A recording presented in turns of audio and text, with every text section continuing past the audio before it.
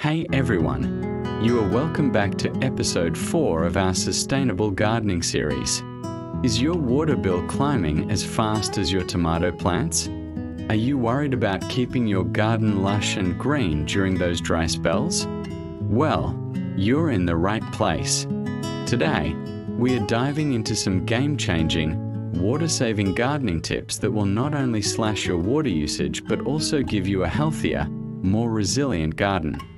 We are talking about a truly sustainable garden that thrives. So, if you're ready to transform your garden and save some money, stick around. You won't want to miss this. First up, let's talk about the foundation of any water-wise garden: improving your soil. Healthy soil is like a giant sponge. It soaks up water and holds onto it for your plants to drink later. If your soil is sandy, water just runs right through it. If it's heavy clay, it can become waterlogged or crack when dry. The secret ingredient? Organic matter. Adding compost, aged manure, or leaf mold to your garden beds does wonders. It improves soil structure, aeration, and most importantly, water retention. A good rule of thumb is to add a 2 to 3 inch layer of compost to your beds each season and gently work it into the top few inches of soil. Your plants will thank you for it, and you'll find you need to water far less often. Now that our soil is prepped, let's move on to our second tip: mulching. I can't stress this one enough. Mulching is one of the simplest and most effective things you can do for your garden. A good layer of mulch acts like a protective blanket over your soil. It locks in moisture by slowing down evaporation, keeps the soil temperature cool, and suppresses weeds that compete with your plants for water. You can use organic materials like wood chips, straw, shredded leaves, or even grass clippings. Just spread a 2 to 4 inch layer around your plants, but be sure to leave a little space around the base of the stems to prevent rot. Seriously, if you do just one thing from this video, make it mulching. Alright, tip number 3 is all about watering smarter, not harder. This means watering deeply and less frequently. Light, daily sprinkling encourages shallow root growth, making your plants more vulnerable during dry weather. Instead, give your garden a good, long soak once or twice a week.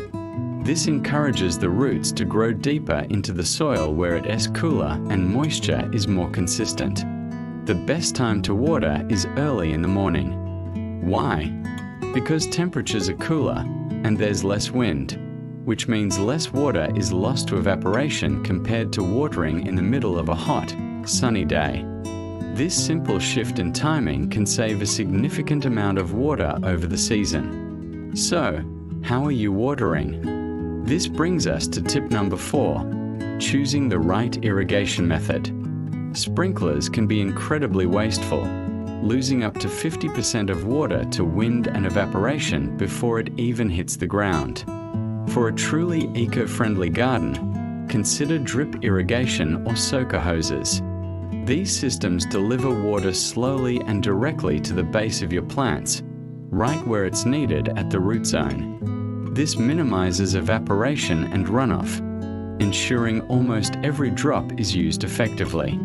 Setting up a drip irrigation system is a fantastic weekend project. You can buy kits at most garden centers, and they're surprisingly easy to install. It's a bit of an upfront investment, but the water savings year after year are huge. Moving on to tip number 5, and it's a fun one: select the right plants. Not all plants are created equal when it comes to water needs. If you live in a dry climate, planting water-hungry species is like swimming against the current. Instead, embrace the beauty of drought-tolerant plants. Think of stunning natives that are already adapted to your local climate, or plants from Mediterranean regions like lavender, rosemary, and succulents. These plants have evolved to survive with less water and will thrive in your water-saving garden with minimal fuss. When you're at the nursery, look for labels that say low water use or drought resistant. Choosing the right plant for the right place is a core principle of sustainable gardening. Our sixth tip is all about group therapy for your plants. Okay, not really, but it's about grouping plants with similar water needs together. This is a practice called hydrozoning. It just makes sense, right? You wouldn't plant a thirsty hydrangea right next to a drought-tolerant lavender. By creating zones in your garden, a high water zone for your vegetables, a medium water zone for your flower beds, and a low water zone for your natives and succulents, you can water much more efficiently. This way, you're not overwatering your drought-tolerant plants just to keep your water lovers happy. It takes a little planning, but it makes your watering routine so much simpler and more effective. What are some of your favorite drought-tolerant plants? Let me know down in the comments. And for our final tip, number 7, harvest the rain. Rainwater is a free, high-quality resource for your garden. It's naturally soft and free of the chlorine and other chemicals found in tap water. The easiest way to get started is by installing a rain barrel at the end of your downspouts. A single rain barrel can collect a surprising amount of water from your roof during a storm. You can then use this stored water during dry spells for your containers or garden beds. It's a simple, powerful step towards creating a more self-sufficient and eco-friendly garden. Plus, it reduces stormwater runoff, which is great for the local environment. So there you have it, 7 essential tips to create a beautiful, thriving garden that uses a fraction of the water. Let's do a quick recap.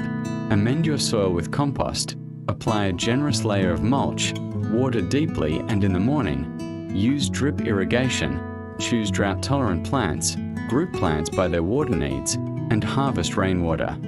By putting these sustainable gardening practices into action, you'll not only save water and money, but also create a healthier, more resilient garden that can better withstand whatever Mother Nature throws its way. Thank you so much for watching. I hope you found these tips inspiring and practical.